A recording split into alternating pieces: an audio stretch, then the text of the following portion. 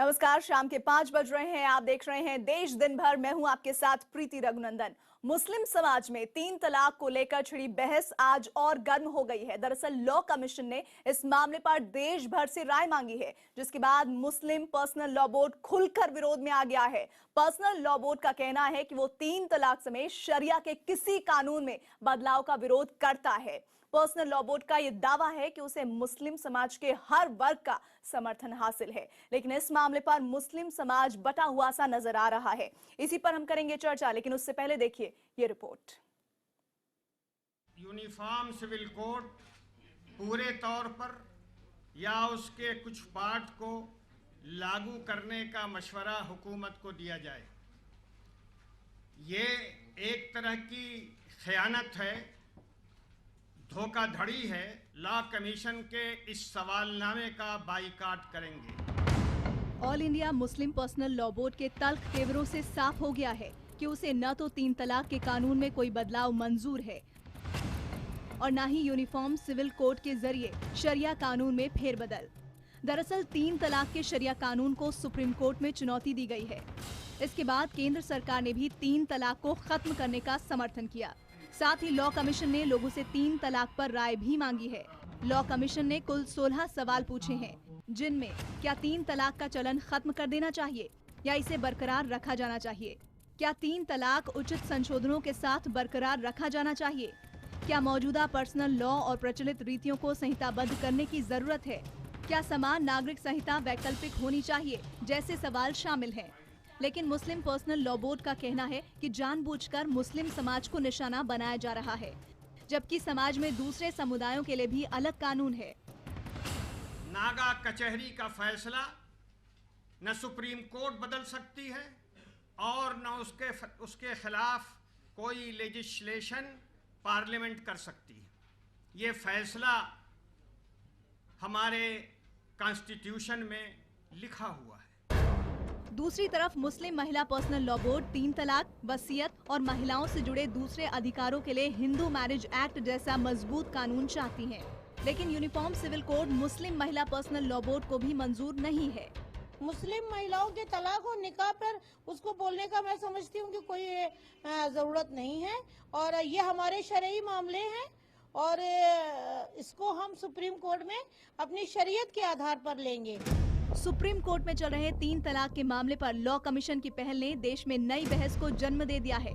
जाहिर है इस पर सियासत भी गरमाएगी। यूनिफॉर्म सिविल कोड मुल्क के लिए ठीक नहीं है, इसलिए कि इस मुल्क की खूबसूरती, उसकी ताकत, उसकी डाइवर्सिटी और प्लुरलिज्म है। कन्याकुमारी से लेके कश्मीर तक, अटक से लेके कटक तक सबके लिए एक विधान, एक निशान। इस देश में 2 विधान 2 निशान नहीं चल सकते। जो भारत के संविधान को स्वीकार नहीं कर सकते थे पाकिस्तान चले गए। Plurality and the diversity, multiplicity are the real, the valuable culture of this great country. जो हमारा जो विरासत है, जो हमारी परंपराएं हैं, वो इसकी अनुमति नहीं देती है कि मुस्लिम पर्सनल लॉ बोर्ड या दूसरे माइनॉरिटीज़ के जो अधिकार हैं उन पर कोई सरकार प्रहार करे। 1985 में चर्चित शाहबानो केस में सुप्रीम कोर्ट ने तलाक के बाद याचिकाकर्ता शाहबानो के पक्ष में फैसला देते हुए कहा था कि पति उसे भरण पोषण देगा, लेकिन तब इसे मुस्लिम पर्सनल लॉ बोर्ड में हस्तक्षेप माना गया था। विरोध इतना बड़ा कि तत्कालीन राजीव गांधी सरकार ने 1986 में संसद में कानून पारित कर इस फैसले को हल्का कर दिया था। एक बार फिर 3 तलाक का मुद्दा सुप्रीम कोर्ट में है और मुस्लिम पर्सनल लॉ बोर्ड विरोध में खड़ा है। ऐसे में देखना होगा कि 3 तलाक पर पाबंदी लग पाएगी। और हमारे साथ इस चर्चा में जुड़ रहे हैं बीजेपी के नेता प्रेम शुक्ला, इस्लामिक स्कॉलर फहीम बेग साहब और भारतीय मुस्लिम महिला आंदोलन की सह संस्थापक जकिया सोमान। जकिया सोमान, चर्चा की शुरुआत में आपसे ही करना चाहूंगी। क्या आपको लगता है मुस्लिम समाज का एक ऐसा तबका है जिसकी एक तंग सोच इस तमाम तरह के कानूनों को रोकने की एक बड़ी वजह बन रही है, चाहे हम 3 तलाक की बात करें या फिर हम बात करें सीसीसी की? बिल्कुल। अगर हम एक नज़र डालते हैं तो आज की तारीख में मुसलमान महिला क्या मांग रही है, वो अपने कुरानी अधिकार मांग रही है। वो कह रही है कि जब कुरान में 3 तलाक नहीं है तो फिर मेरी ज़िंदगी में 3 तलाक क्यों है। वो कह रही है कि अल्लाह ने मेरे साथ भेदभाव नहीं किया है, औरत और मर्द दोनों को अल्लाह ने बराबर माना है, तो फिर ये मर्द कौन होते हैं मेरे साथ भेदभाव करने वाले? सो वो अपने कुरानी अधिकार मांग रही है, वो अपने संवैधानिक अधिकार मांग रही है, और वो गरिमा के साथ अपनी जिंदगी जीने का एक मौका चाह रही है। ज़किया सुमन, जैसा आप कह रही हैं, इसी पर रिएक्शन ले लेते हैं हमारे साथ। ज़किया सुमन, आपने एक बहुत महत्वपूर्ण बात कही। आपने कहा एक कुरानी तलाक है और एक मनगढ़ंत तलाक है, अगर मैं सही से आपकी बात को रख पा रही हूँ। इसी पर मैं इस्लामिक स्कॉलर हमारे साथ है फ़हीम बेग साहब। फ़हीम बेग साहब, क्या वाकई में आप भी इस बात से इत्तेफाक रखते हैं कि एक कुरानी तलाक है जिसको हम पढ़ते आए हैं, आप जैसे इस्लामिक स्कॉलर जो हैं उसे वो तमाम जगह पर प्रचारित करते आए हैं, और वहीं दूसरी तरफ एक मनगढ़ंत तलाक है जिसे 3 तलाक का नाम दे दिया गया है?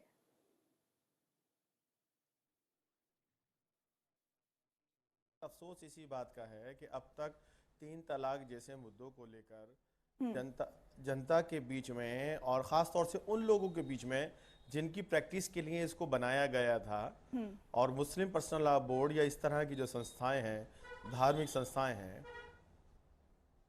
ये उन्होंने जो बनाया था जनता तक नहीं पहुंच पाया। और आप बार बार जिस बात का जिक्र कर रहे हैं कि महिलाओं के ऊपर ये अत्याचार हो रहा है या इस तरह की परेशानियां हो रही हैं, तो मैं आपकी जानकारी के लिए बता दूं कि जो 3 तलाक आज की तारीख में व्यक्ति दे रहा है, वो खुद भी इसके बारे में नहीं जानता है। 3 तलाक का प्रोसीजर 3 तरह से है, और वो कैसा है, कौन कौन सा है, इसके लिए टीवी चैनल पर बैठकर या इस तरह से 2-4 बहस कर हम आवाम तक नहीं पहुंचा सकते। अभी बहुत अच्छी बात आई कि रिफॉर्म करने की बात, पर्सनल लॉ बोर्ड में रिफॉर्म करने की बात। मैं कहता हूं रिफॉर्म की जरूरत नहीं, इन्फॉर्म की जरूरत है। यानी पर्सनल लॉ के जो कानून हैं, जो उनकी क्लॉजेज हैं, वो जनता तक सही रूप में पहुंच जाएं, ये पर्सनल लॉ बोर्ड को या इन जैसी संस्थाओं को करना चाहिए। और आपकी जानकारी के लिए बता दूं, सायरा बानो, जिनकी वजह से ये सारा विवाद सबके सामने आया है, वो अगर हमारी शरिया अदालत जो शहरों में, कस्बों में, गाँव में, मोहल्लों में होती हैं, अगर वहां पर जाकर अपनी गुहार लगाती, उनके पति ने उनके साथ जिस प्रकार से भी तलाक का मिसयूज किया है, तो मैं समझता हूं उनको इंसाफ वहीं मिल जाता। मगर अब जो जिस प्रकार से इतना बड़ा विवाद पूरे देश में, आज देश का सबसे गर्मा गर्म मुद्दा अगर कोई बन गया है तो वो 3 तलाक बन गया है। तो ये बड़े अफसोस की बात है कि सरकार ने अपने सारे काम छोड़कर, सरकार ने अपनी तमाम जिम्मेदारियां छोड़कर एक इस ऐसे मुद्दे को उठाया है जो किसी धर्म के निजी और धार्मिक मामले हैं, और उसमें हस्तक्षेप करने का जो प्रयास किया जा रहा है, मैं समझता हूं ये गैर जरूरी है।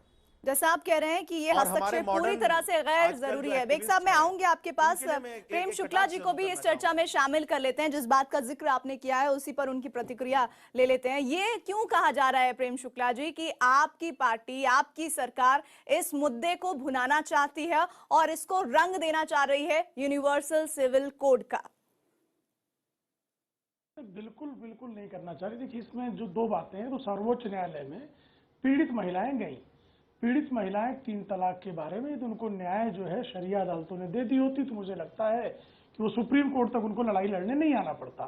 सुप्रीम कोर्ट ने एक नोटिस दी, सरकार ने अपना पक्ष रखा। तो सरकार सुप्रीम कोर्ट की नोटिस पर भी पक्ष ना रखे, क्या ये कहना चाहते हैं लोग? एक सवाल। दूसरा, लॉ कमीशन की जो बात है, सर्वोच्च न्यायालय ने बारंबार यूनिफॉर्म सिविल कोड के लिए, आज नहीं, पिछले 2 दशकों में बारंबार ये कहा कि आप जो है यूनिफॉर्म सिविल कोड, जो कि हमारे संविधान के मार्गदर्शक तत्वों में से शामिल है, उस पर आप काम करिए। तो यूनिफॉर्म सिविल कोड में एक प्रोसेस, विमर्श का प्रोसेस, लॉ कमीशन ने क्वेश्चनियर भेजा, जैसा आपने अपनी रिपोर्ट में बताया, 16 प्रश्न।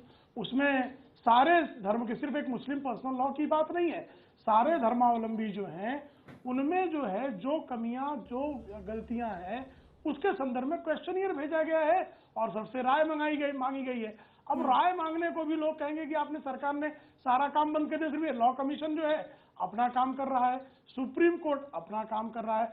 सुप्रीम कोर्ट में हलफनामा सरकार की तरफ से दायर करना ये क्या गलत है?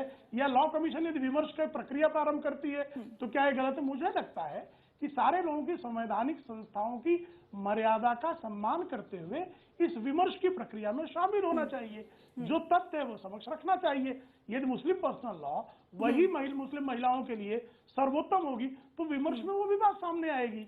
इसमें किसी प्रकार का संकोच या आरोप प्रत्यारोप करके एक स्वस्थ विमर्श को बिगाड़ने का प्रयास ठीक नहीं है।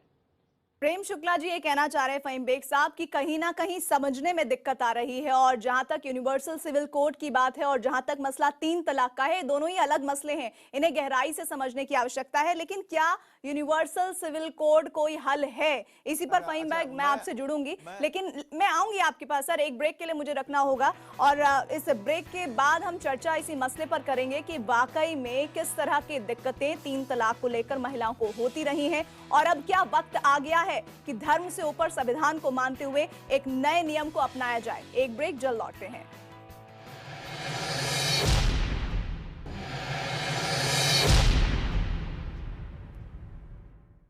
तीन तलाक के मसले पर मुस्लिम पर्सनल लॉ बोर्ड ने एक क्वेश्चनायर तैयार किया है, जिसमें तमाम देश भर से राय मांगी जा रही है कि आप क्या सोचते हैं 3 तलाक के मसले को लेकर। वही 3 तलाक जिसको लेकर सरकार ने कोर्ट में हलफनामा दायर किया और आपत्ति लगातार आ रही है, जिस पर हम चर्चा कर रहे हैं। फहीम बेग साहब, अगर वाकई बहुत अच्छी होती स्थिति मुस्लिम समुदाय की, तो सायरा बानो या फिर आफरीन जैसी महिलाएं कोर्ट तक नहीं जाती। वो भी ये उम्मीद कर रही हैं कि कानून में बदलाव होना चाहिए क्योंकि उनके अधिकारों का हनन हो रहा है।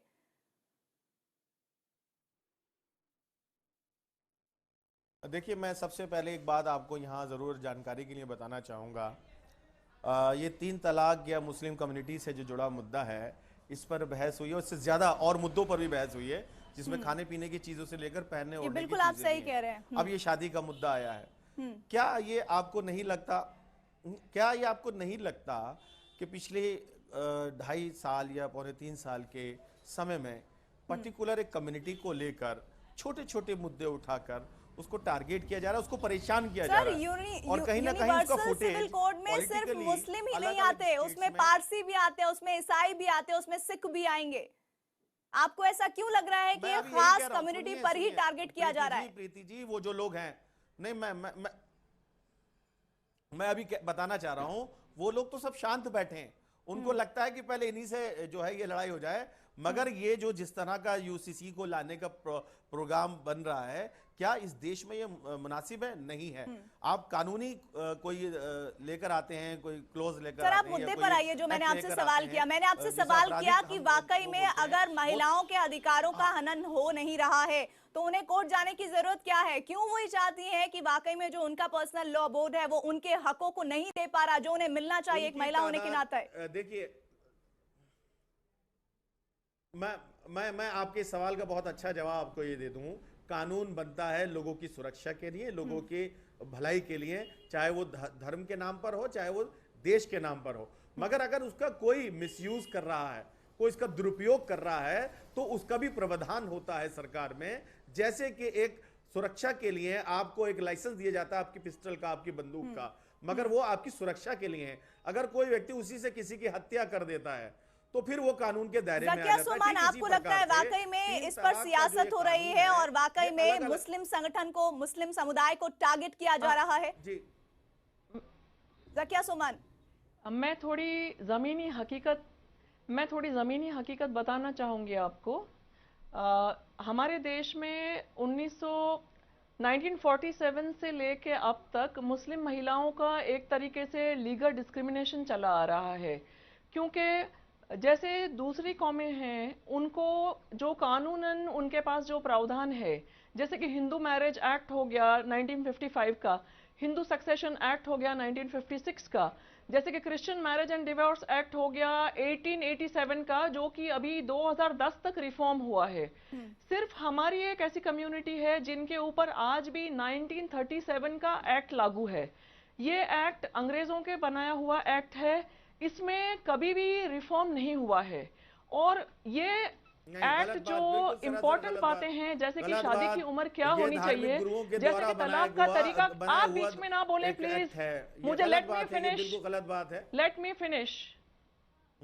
नहीं, आप ये गलत जैसे कि जो इम्पोर्टेंट बातें हैं कि शादी की उम्र क्या होनी चाहिए, जो तलाक का तरीका क्या होना चाहिए, पॉलीगैमी पे पाबंदी होनी चाहिए, बच्चों की सरपरस्ती माँ और बाप दोनों की होनी चाहिए, प्रॉपर्टी में स्त्रियों के क्या अधिकार होंगे, ये सारी जो इम्पोर्टेंट बातें हैं उस पे ये एक्ट साइलेंट है।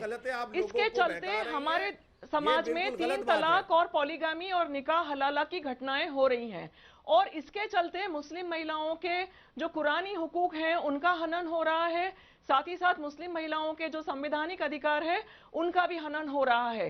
ये जो स्कॉलर बन के साहब यहाँ बैठे हैं और जो भी इदारे जिनका ये सपोर्ट कर रहे हैं, इनमें से एक ने भी जरूरी नहीं समझा कि मुसलमान औरतों के साथ जो ज्यादती और जुल्म हो रहा है उसको कहीं एड्रेस करना इन्होंने आज तक जरूरी नहीं समझा। इन्होंने इतनी बड़ी बात कह दी कि शायरा कोर्ट क्यों गई, शायरा को शरिया अदालत जाना चाहिए था। इनको पता ही नहीं है कि शरिया अदालत सिर्फ पितृसत्ता से भरी जगह है जहां किसी औरत की कोई सुनवाई का सवाल ही नहीं उठता, किसी औरत का वहां पहुंचने का सवाल ही नहीं उठता। और ये शरई अदालत यही काम कर रहे हैं कि जो एक तरफा जुबानी तलाक हो रहा है उसके ऊपर स्टैंप ऑफ अप्रूवल लगा रहे हैं। तो ये बातों को ये पॉलिटिक्स कर रहे हैं।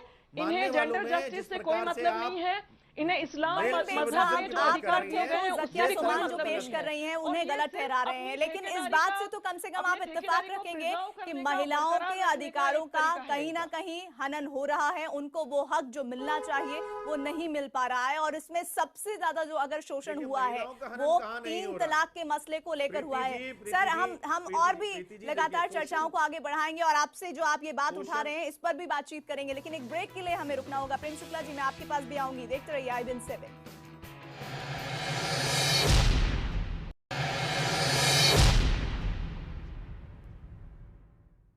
प्रेम शुक्ला जी, चर्चा में मैं सीधे आपके पास आना चाहूंगी। इस बात को समझने में मुस्लिम समुदाय के लोगों को दिक्कत क्यों आ रही है कि 3 तलाक का मामला धार्मिक मामलों से हटकर संवैधानिक अधिकारों का मामला है जिसका हनन हो रहा है और जिसी को लेकर हलफनामा दिया है केंद्र सरकार ने? दरअसल कुछ लोगों को जो है हर चीज पर जो है अनावश्यक मजहब को आड़े लाने की आदत है। देखिए, हिंदुओं में बहुविवाह की परंपरा थी, उसको जो है कोडिफिकेशन करके हिंदू जो है बहुविवाह की परंपरा को जो है प्रतिबंधित किया गया, हिंदू कोड बिल लाया गया। क्रिश्चियंस में ये इस तरह की बातें थी, 2005 में उसमें अमेंडमेंट हुआ, 1887 का एक्ट था। कभी भी आपने ये नहीं सुना होगा कि कहीं जो है बड़े पैमाने पर वहाँ के पादरी समुदाय ने जो है सरकार पर अविश्वास व्यक्त किया हो। अभी जो है सिर्फ यूनिफॉर्म सिविल कोड की लॉ कमीशन ने क्वेश्चनियर भेजा और आपने जो है देखा कि किस तरह से मुस्लिम पर्सनल लॉ बोर्ड ने कोई तर्कसम्मत उस पर कोई उनके पास जवाब नहीं है। अनावश्यक जो है सरकार की मंशा पर आशंका व्यक्त करने के अलावा, और जब संविधान जो है समता के सिद्धांत में लैंगिक समता जो है उसका भी जोर देता है, तो संवैधानिक व्यवस्था को संस्थापित करना सरकार का दायित्व है। उसके दायित्व को पूरा करने पर भी यदि कुछ लोग जो हैं मजहब की दुहाई देकर अत्याचार जारी रखना चाहते हैं। जकिया सोमन जी देखिए कितना ढंग से तर्क रख रही थी। अब शरिया एक्ट 1937 में ही बना है, लेकिन अब उस पर कोई तर्क नहीं है, तर्क शून्यता नहीं है, तो चिल्लाओ चीखो, मजहब की आड़ में जो है वो अत्याचार जारी रखने का अधिकार मांगो। ये मुझे लगता है कि संविधान सम्मत नहीं है।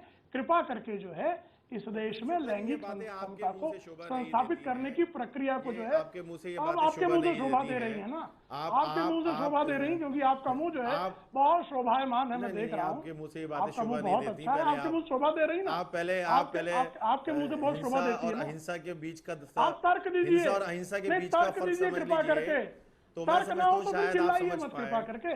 हिंसा और अहिंसा के बीच का फर्क समझ लीजिए और फिर मनोरोगियों की तरह बहस मत कीजिए, जरा तर्क सम्मत तर्क सम्मत बात किया जाए। और हर बीच में टोकिए, आप कोई स्वामी स्कॉलर लिखने में स्कॉलर नहीं हो जाएंगे, विचलित हो जाना। मैं तो आपको नहीं टोका, मैं आपको बहुत विचलित कौन हो रहा है? जकिया सोमन के बीच में आप विचलित हुए, मेरे तर्क में आप विचलित हुए, विचलन तो आपका दिखाई दे रहा है महोदय।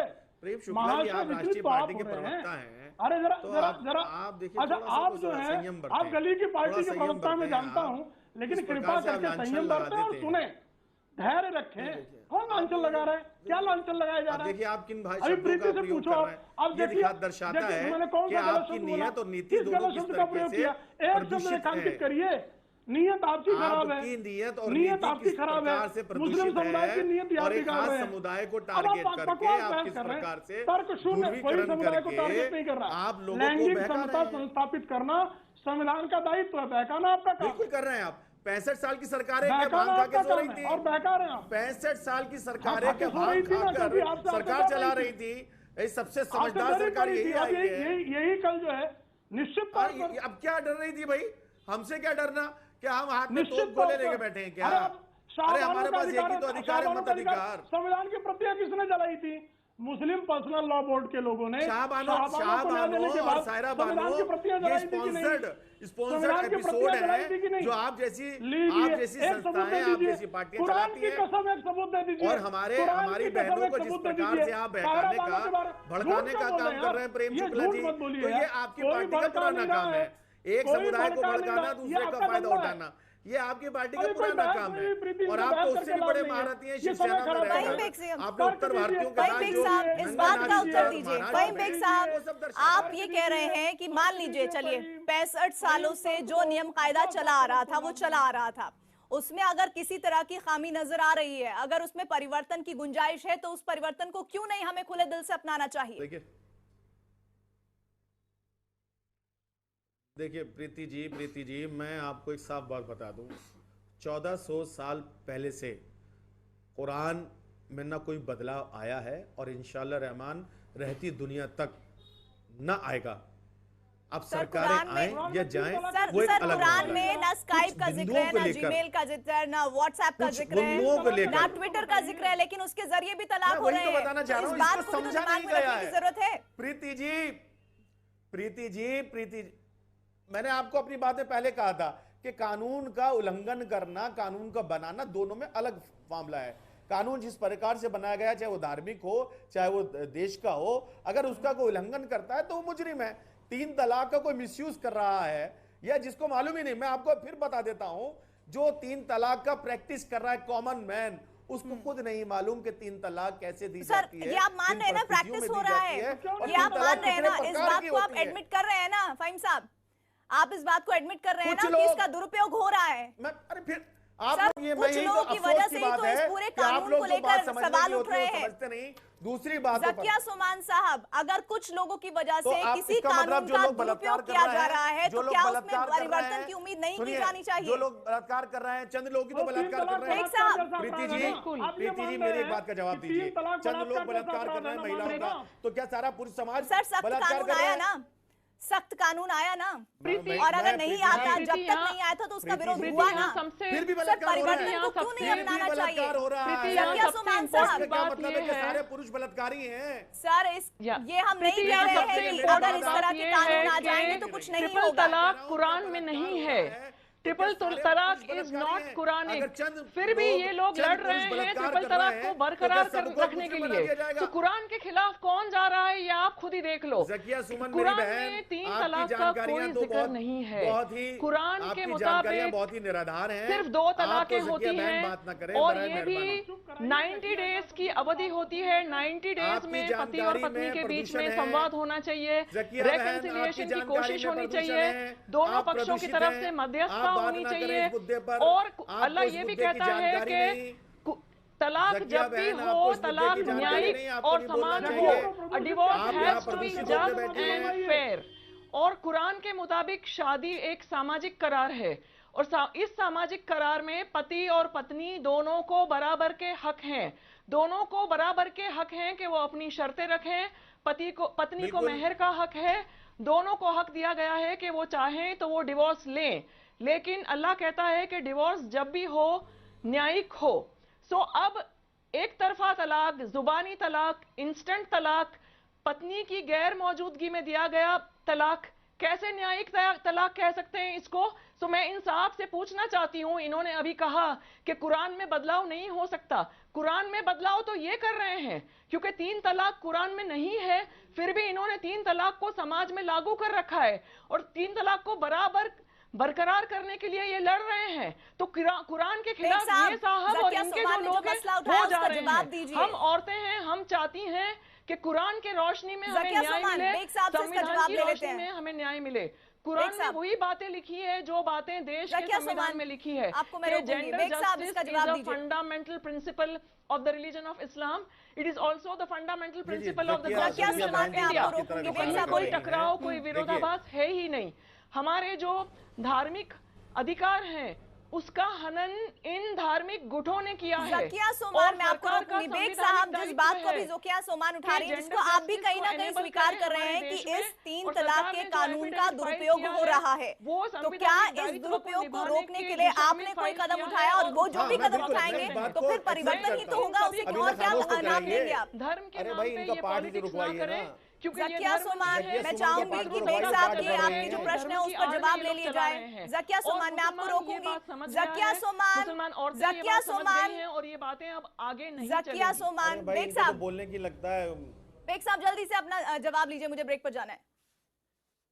जी देखिए मैं बिल्कुल इस बात का एतराफ करता हूं कि 3 तलाक को लेकर मिसकंसेप्शंस हैं और लोगों में जानकारी का अभाव है। सर, मिसकंसेप्शंस की बात मत कीजिए, उसका दुरुपयोग हो रहा है, उसको लेकर आप क्या करेंगे ये बताइए।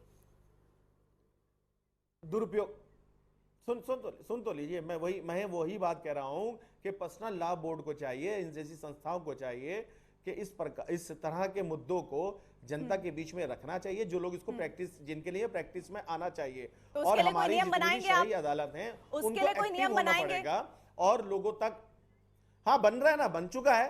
देखिए आप ये क्यों कह रहे हैं कि कानून में परिवर्तन नहीं हुआ है? अभी तक शरिया में कोई परिवर्तन नहीं हुआ है, यानी कि जब अपने तरीके से आप परिवर्तन करेंगे तो उस परिवर्तन को आप बहुत ही खुले दिल से अपनाने को तैयार हैं।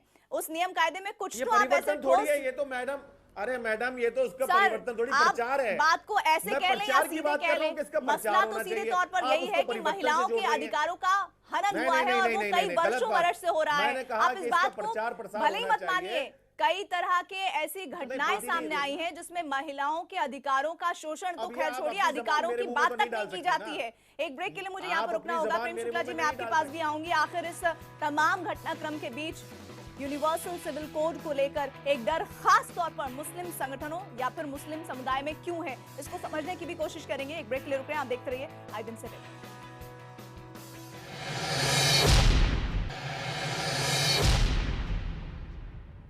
3 तलाक एक ऐसा मसला जिसे कुरान के हिसाब से नहीं बल्कि अपने मन के हिसाब से मुस्लिम संगठन में कुछ ऐसे लोग हैं जिन्होंने अपना लिया है और नतीजा ये कि महिलाएं कोर्ट तक जा रही हैं, जिसको लेकर खास तौर पर कुछ लोगों को तकलीफ हो रही है। बेग साहब, सीधा सवाल मेरा आपसे ये कि अगर ऐसा लग रहा है कि शरिया अदालतों में महिलाओं को न्याय नहीं मिल रहा है या उनके पक्ष को नहीं सुना जा रहा, वो अगर कोर्ट चली भी जा रही है तो उसमें दिक्कत क्या है आपको? नहीं, हमें कोई दिक्कत नहीं है और मैं फिर वही कहूँगा कि महिलाएं जिस प्रकार से तलाक का जो सिलसिला है वो दोनों तरफ से बराबर का है, इसमें किसी भी तरह से किसी के साथ अन्याय नहीं हो रहा, पहली बात। दूसरी बात, अगर कोई विदेश से हमारा कानून आता है तो हम उसे बड़े गले से लगाते हैं।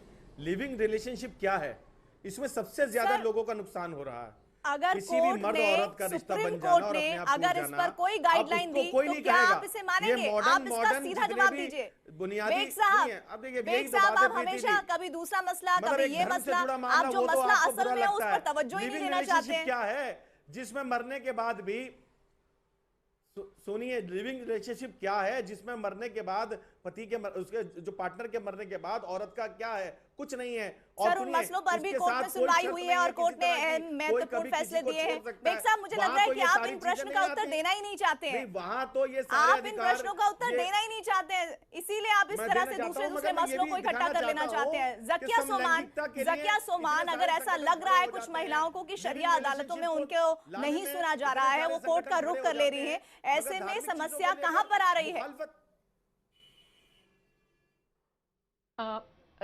पहली बात तो ये माइंडसेट का जो सवाल है, माइंडसेट जब तक नहीं बदलेगा, जब तक जो अपने आप को मजहब के रहनुमा दिखा रहे हैं वो अगर अपनी पुरुष प्रधान सोच नहीं बदलेंगे, तब तक समाज में माइंडसेट के बदलाव में भी उतना ही वक्त लगेगा। अब रही बात ये है कि महिलाएं न्याय मांग रही है और कोर्ट से उन्हें न्याय मिलने के एक प्रक्रिया की शुरुआत हो गई है। और मैं ये भी कहूंगी कि आज देश का आम मुसलमान जो पुरुष है वो भी महिलाओं के साथ खड़ा है, क्योंकि हर महिला किसी की बेटी है, किसी की बहन है, किसी की माँ है। तो ये नहीं है कि महिला अकेले सफर कर रही है, महिला के साथ साथ पूरा परिवार सफर कर रहा है। और जो देश के मुसलमान नागरिक हैं वो अन्य सभी नागरिकों की तरह वो भी एक अच्छी जिंदगी जीना चाहते हैं, एजुकेशन चाहते हैं, रोजगार चाहते हैं, सर उठा के गरिमा के साथ जीना चाहते हैं। और वे अच्छी तरह से समझते हैं कि पर्सनल लॉ बोर्ड और इस तरह के जो इदारे हैं उनके पास ना कोई कॉम्पिटेंस है, ना कोई कमिटमेंट है मुसलमानों के मसलों को रिप्रेजेंट करने का। प्रेम शुक्ला जी, मेरा ये मानना है कि जो देश का जो आम मुसलमान है वो पर्सनल लॉ बोर्ड की जो पूरी गेम है वो समझ गया है और वो उनको अपना रहनुमा आज की तारीख में मानने के लिए तैयार नहीं है। बहुत मुखर होकर आ रहे हैं। प्रेम शुक्ला जी, ज़किया जी मुझे रोकना होगा, समय की कमी है। प्रेम शुक्ला जी जरा ये बताइए, यूनिवर्सल सिविल कोड को लेकर मुस्लिम समुदाय के कुछ खास लोग क्यों डरे हुए हैं और वाकई में क्या अगर यूनिवर्सल सिविल कोड लागू कर दिया जाता है क्या ये कर पाना इतना आसान होगा, क्योंकि हमारा देश विविधताओं का देश है? वैविध्य तो निश्चित तौर पर है और वैविधता को स्वीकार करना चाहिए, लेकिन न्याय जो है वो सुनिश्चित करना भी हमारी संवैधानिक प्रक्रिया का हिस्सा है। और क्या भी आप इस बहस में देखिए, आप फहीम भाई ने एक बार भी जो है कोई तर्क संगत बात नहीं की, उल्टा जो है राष्ट्रीय चैनल पर बैठकर अभी ज़किया बहन को प्रदूषित कह दिया इन्होंने। तो जब आलिम की ये स्थिति है कि किसी महिला को चैनल पर बैठकर प्रदूषित जैसे शब्द का प्रयोग कर दे, अपमानजनक शब्द है, लेकिन उस पर जो है फिर आलिम और जाहिल में जब अंतर ही नहीं रहेगा उसका परिणाम क्या होगा? तो दरअसल जो है एक इल्म वाली कौम का नेतृत्व कुछ आलिम कहलाने वाले लेकिन जहालत पर आमादा लोगों के हाथ में आ गया है, उसका दुष्परिणाम जो है पूरा समाज भोग रहा है, बहनें भोग रही हैं, माताएं भोग रही हैं और हर परिवार उससे पीड़ित है। अब उस पीड़ित परिवारों को जो न्याय दिलाना, आपने बिल्कुल सही बात कही। भाजपा जैसी पार्टी आप जैसे लोगों के हाथ में आ गई है। सुन लीजिए, देखिए सही बात है, आप जैसे बहुत जरूरी बात है। बेग साहब सुन लीजिए इस बात को। बेग साहब जिस मसले को आप उठा रहे हैं उसी को रखने की कोशिश की है। बेग साहब आप सुन लीजिए। भाजपा भी आज जो है आप जैसे हिंसक पसंद लोगों के पास आ गई है। बेग साहब कह लिया आपने। प्रेम शुक्ला जी जल्दी से अपना लास्ट कमेंट। यूसीसी को क्या अपनाना इतना आसान होगा? तमाम तबकों के लिए हमारे पास नागा भी है, ट्राइबल्स भी है, जिनके अपने नियम कानून प्रक्रिया है, एक संवैधानिक प्रक्रिया, उस प्रक्रिया को पूरा किया जाना आवश्यक है। जिस देश में रावण और राम को एक साथ पूजा जाता होगा वहाँ पर इतना आसान नहीं है। रीति जी, बहुत बहुत शुक्रिया आप सभी खास मेहमानों का। ये बिल्कुल सही बात है कि यूनिवर्सल सिविल कोड को लेकर कई तरह की दिक्कतें हैं, इस पर एक प्रक्रिया के तहत आगे बढ़ा जा रहा है, लेकिन जहां तक 3 तलाक का मसला है, इसको लेकर अगर कोर्ट तक महिलाएं जा रही हैं तो इसका सीधा मतलब यह है कि उनके अधिकारों को उस तरह से खुले दिल से नहीं दिया जा रहा जो उन्हें मिलना चाहिए। एक ब्रेक हम ले रहे हैं, देखते रहिए IBN 7।